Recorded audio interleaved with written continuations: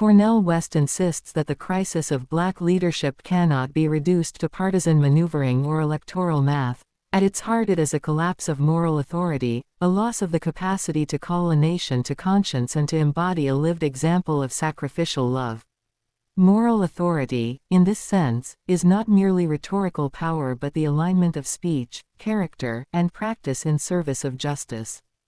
During the Civil Rights era, leaders like Martin Luther King Jr., Malcolm X, Ella Baker, and Fannie Lou Hamer operated with a form of moral clarity that combined intellectual conviction, spiritual depth, and personal risk. Their authority flowed from conviction and credibility. They lived the costs of the struggle and shaped a narrative that linked personal dignity with collective liberation. What made that leadership prophetic was a willingness to name ugly truths about America and to demand transformation that extended beyond legal rights into the moral and economic life of the nation. Prophetic leaders did not bargain away moral principles for incremental gains, they insisted that justice be whole, not merely symbolic. Moral authority also required humility. Prophetic figures did not seek power for its own sake but understood leadership as service. Their rhetoric of love and liberation was inseparable from a readiness to be vulnerable, to suffer, and to stand in solidarity with the most marginalized, a posture that generated trust and moral credibility. Over time, West observes, the texture of black leadership shifted. Structural openings into politics, business, and media created new opportunities for advancement, but these openings also brought new incentives: visibility, sponsorship, institutional prestige, and personal wealth. Leadership increasingly became a route to social mobility rather than a vocation of sacrifice. The language of leadership changed accordingly. Where prophetic rhetoric once centered on justice, love, and communal responsibility, contemporary discourse often privileges managerial competence, brand positioning, and policy technicism. Moral imagination gave way to strategic messaging calibrated to donors, ratings, and market demands. Media and celebrity culture played a central role in this transformation by rewarding charisma and visibility over moral steadiness. Television segments, viral moments, and soundbites elevate those who perform well under the glare of cameras, but performing is not the same as persisting. The spotlight amplifies image while obscuring the sustained work that builds trust and social repair. Neoliberal pressures also reshaped leadership incentives. As public institutions retrenched and private funding became more central, leaders found themselves dependent on corporate donors and philanthropic capital that often come with strings. Compromise becomes an operational necessity, and moral critique softens when institutional survival is at stake. Co-optation is another danger West highlights. Radical voices are sometimes absorbed into the status quo through tokenism or absorption into mainstream institutions that neutralize their critique. The reward of access and titles can substitute for the risk of prophetic opposition, producing a class of leaders who maintain the appearance of progress without addressing deeper structures. The commercialization of activism further commodified dissent. Movements that once demanded systemic change risk being reduced to branded campaigns, fundraising cycles, and performative allyship. When protest becomes a product, the moral content of the message can be hollowed out and its transformative edge dulled. This decline of moral authority has real costs for communities. Without leaders who speak truth to power and embody sacrifice, moral imagination atrophies. People lose models of courageous citizenship, and the cultural language of solidarity and dignity becomes rarer in public life. Erosion of trust follows. When leaders appear primarily self-interested or institutionally compromised, grassroots constituencies grow skeptical and disengaged. The gap between leaders and the led widens, making collective mobilization more difficult and community resilience weaker. Institutional fragmentation compounds the problem. The decline of robust, local institutions that once cultivated leaders, churches, neighborhood associations, labor unions, means there are fewer spaces where moral character is formed and tested. Leadership becomes professionalized in isolation from community accountability. West stresses that restoring moral authority is not merely about heroic personalities but about rebuilding ecosystems that produce prophetic capacities. This involves creating institutions that nurture ethical reflection, practical service, and sustained solidarity rather than short-term visibility and careerism. Education plays a vital role in cultivating prophetic habits. Curricula that teach moral reasoning, historical consciousness, and civic courage can prepare future leaders who value justice over acclaim. Mentorship and apprenticeship in community-based work provide the practical disciplines of sacrifice and perseverance. Financial independence and institutional autonomy also matter. When leaders are less beholden to corporate funding and more rooted in community-supported structures, they can speak more candidly and act more boldly without fear of losing resources or status. Accountability mechanisms must be revitalized. Communities need transparent, participatory processes that evaluate leaders by the standards of service and integrity rather than by metrics of media presence or fundraising prowess. Ethical codes and reparative practices help repair trust when failures occur. Spiritual renewal is another pillar West emphasizes. Moral authority draws strength from deep spiritual commitments, not necessarily religious orthodoxy but a disciplined sense of purpose, humility, and love. Leaders who ground themselves in such practices are better equipped to resist temptation and model long-term fidelity. Coalitions across class and institutional lines can restore momentum. When scholars, clergy, labor organizers, artists, and grassroots activists collaborate, they create a broader moral culture that supports prophetic voices and protects them from co-optation or isolation. Cultural production, art, music, literature, can remind the public of alternative virtues, courage, compassion, and communal responsibility. Storytelling that elevates sacrificial service over celebrity reshapes public aspirations and honors the kind of leadership West champions. Ultimately, West's concern is ethical as much as political. The health of democratic life depends on leaders who hold moral imagination and moral practice together. Reviving prophetic authority requires patience, institutions that cultivate character, and citizens who insist on leaders who lead with love and sacrifice rather than mere visibility. The crisis of moral authority is thus not an immutable fact but a challenge that can be addressed through collective effort. By recommitting to the ideals of service, truth-telling, and solidarity, communities can reclaim leadership that inspires, organizes, and heals, leadership worthy of the prophetic tradition that once transformed a nation. After the transformative years of the civil rights movement, a new era of opportunity emerged for African Americans. Laws that once barred access to universities, government positions, and corporate institutions were challenged and in some cases dismantled. This period allowed a generation of talented Black individuals to enter spaces of power that had long been forbidden to them.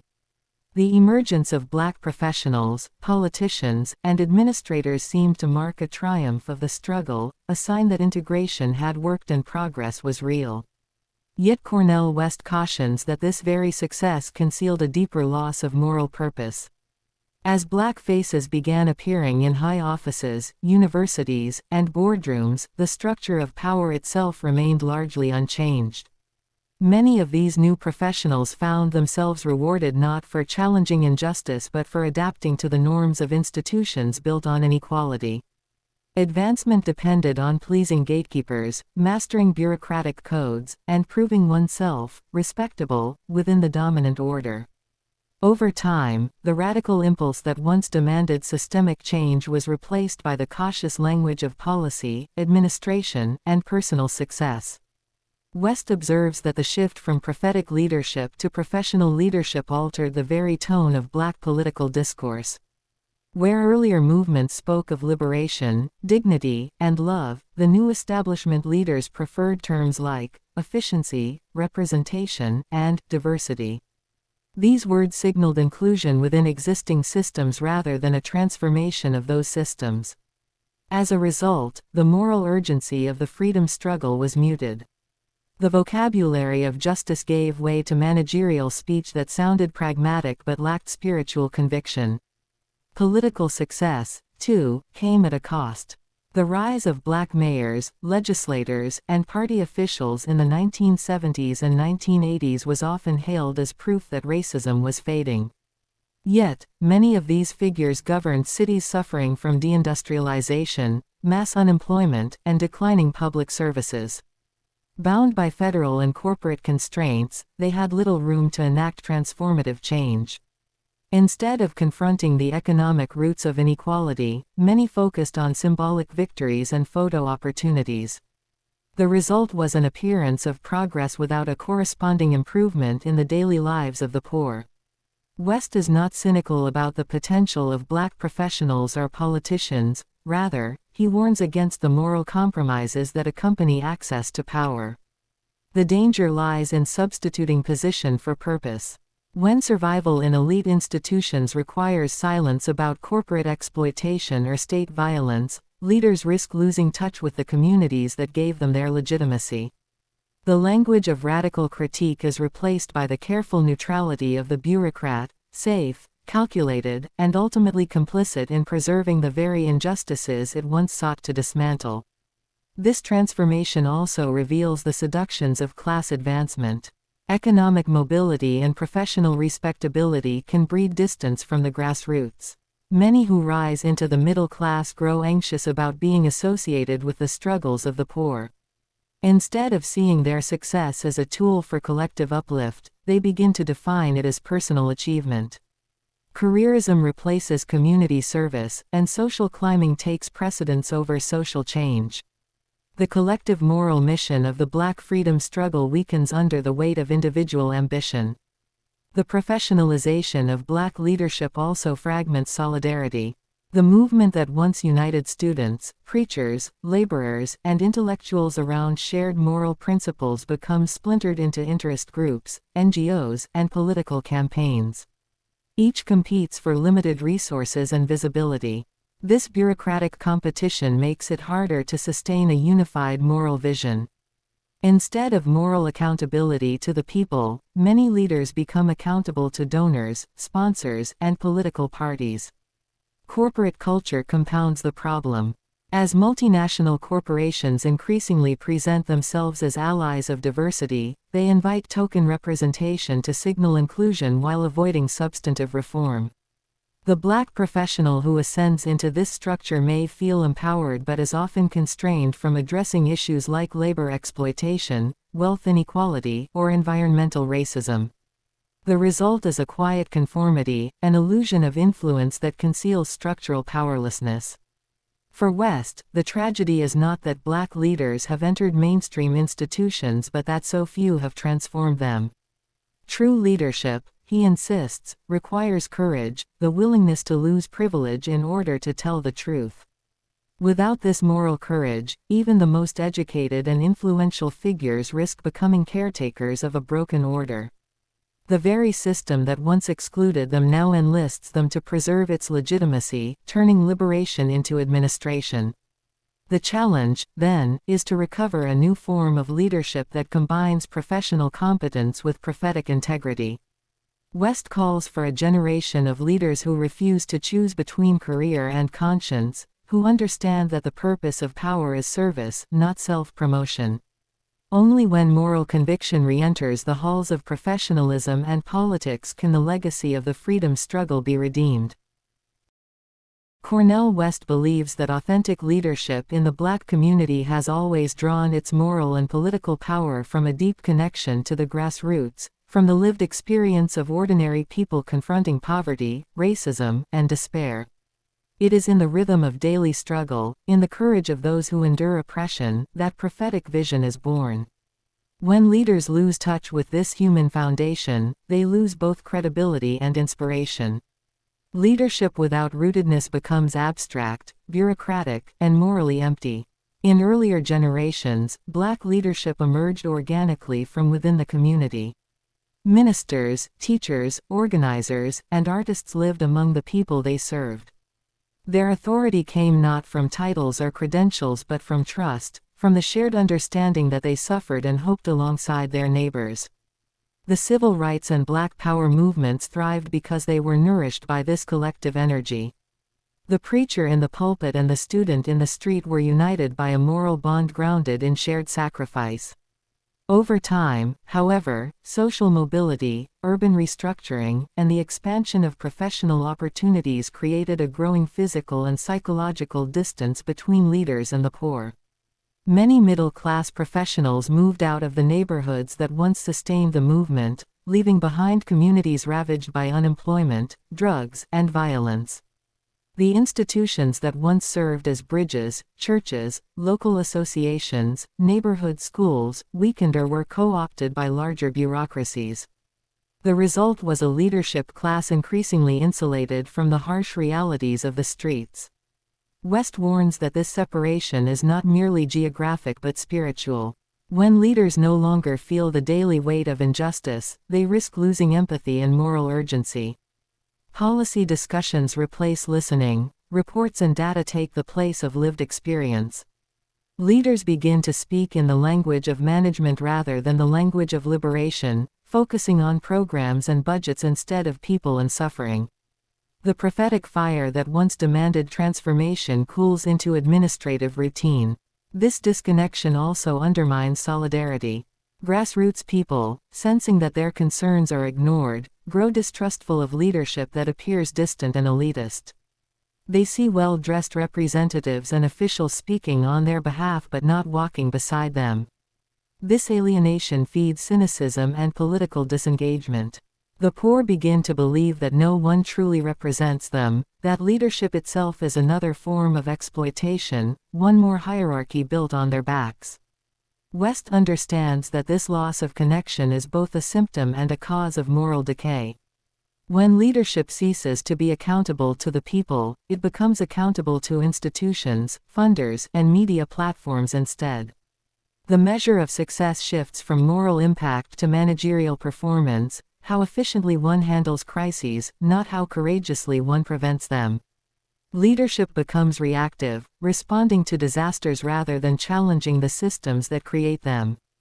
The cost of this managerial mindset is profound. Without moral depth and empathy, leaders approach community pain as a technical problem to be solved, not a moral wound to be healed. They design policies without understanding the texture of everyday life, the mother juggling 2 jobs, the child navigating unsafe streets, the youth searching for purpose in a society that denies his worth. The absence of lived connection leads to superficial solutions and failed reforms.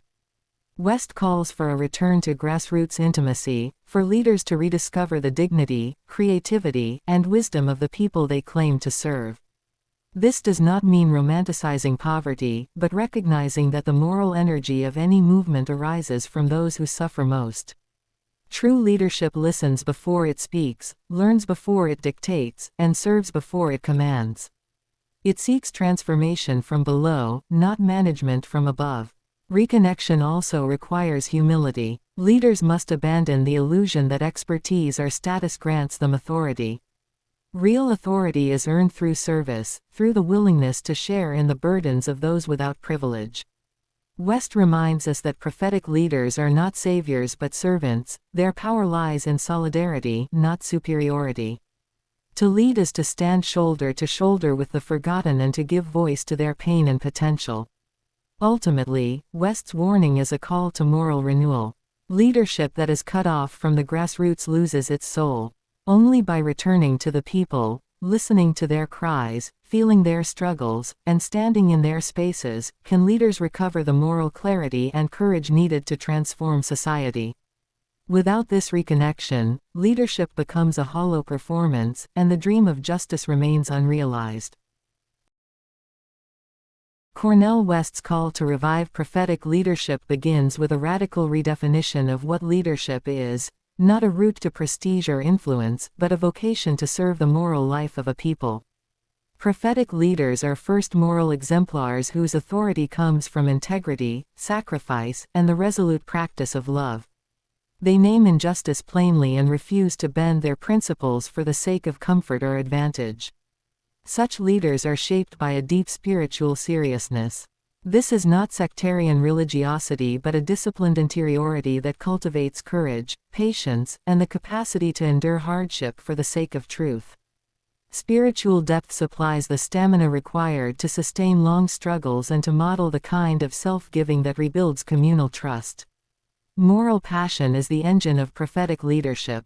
It is the fiery compassion that refuses to tolerate dehumanization and that insists on dignity for the least among us. This passion fuels public denunciation of injustice and also animates concrete acts of mercy. Without it, rhetoric risks becoming rhetorical only, eloquent but empty. Political courage follows naturally from moral passion. To challenge entrenched power, economic elites, institutional inertia, or racist policies, requires willingness to suffer consequences, loss of position, vilification, or legal reprisals. Prophetic leadership embraces such risks because it prizes justice over personal security. Humility is a defining trait. Prophetic leaders do not posture as saviors, they recognize their fallibility and insist upon accountability. They listen more than they pontificate, consult more than they dictate, and welcome criticism as a means of staying true to communal needs rather than personal agendas. Empathy grounds prophetic rhetoric in real human pain. When leaders speak, their words are credible because they reflect the lived experience of those most injured by injustice. This empathy is cultivated through sustained proximity, living, working, and grieving with the people whose lives one seeks to transform. A prophetic vision challenges materialism as viciously as it challenges racism. West warns that leaders who only seek representation within a consumerist order often merely legitimize that order. True prophetic leadership links emancipatory politics with a critique of the values that reduce persons to commodities or brands. Prophetic leaders reconnect institutions to the people. Churches, unions, schools, and civic groups should be incubators for moral formation and social action. When these institutions reclaim a public ethic, they train leaders who are accountable to community memory and moral aims rather than to donor checkbooks or corporate calendars. Education must be reimagined to form character as well as skill. Curricula that include moral reasoning, historical truth-telling, and civic engagement help cultivate citizens and leaders who can imagine alternatives to the status quo. Schools should teach how to think critically and how to care fiercely. Mentorship and apprenticeship are practical ways to rebuild prophetic lineages. Young activists and professionals need elders who model integrity in action, people who can transmit not only technique but sacrificial habits, how to organize, how to love, how to stand firm under pressure. Art and culture are indispensable to prophetic work because they shape imagination. Songs, poems, films, and visual art that celebrate courage, dignity, and solidarity can reorient desires away from fame and wealth toward common flourishing. Culture can soften hearts and make moral claims persuasive. Prophetic practice requires institutional independence. Leaders who are financially or politically beholden to the powers they must confront are compromised. Building community-funded organizations and cooperative models reduces vulnerability to co-optation and preserves the freedom to speak truth boldly. Restoring moral authority means reviving rituals of accountability and repair. Public apologies, truth-telling forums, and responsive decision-making bodies ensure that leaders remain tethered to those they serve. Accountability is not punitive alone, it is also restorative, aimed at healing relationships and renewing trust. Coalition building is essential. Prophetic leadership refuses sectarianism, it builds bridges across class, religious, and racial lines because justice demands broad alliances. Such coalitions amplify moral demands and protect movements from isolation or repression. Prophetic leaders must also have a clear economic imagination, policies that redistribute power, create living wage work, and ensure democratic control over key resources. Moral rhetoric without material program risks inspiring anger but failing to change conditions. Vision must translate into concrete economic alternatives. Storytelling and memory work strengthen prophetic claims.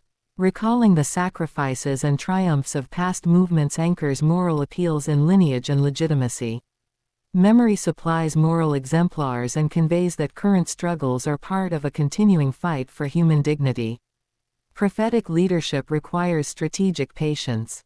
Transformative change is rarely immediate, it unfolds through sustained pressure, incremental victories, and persistent moral witness. Leaders must cultivate endurance and resist shortcuts that trade depth for speed.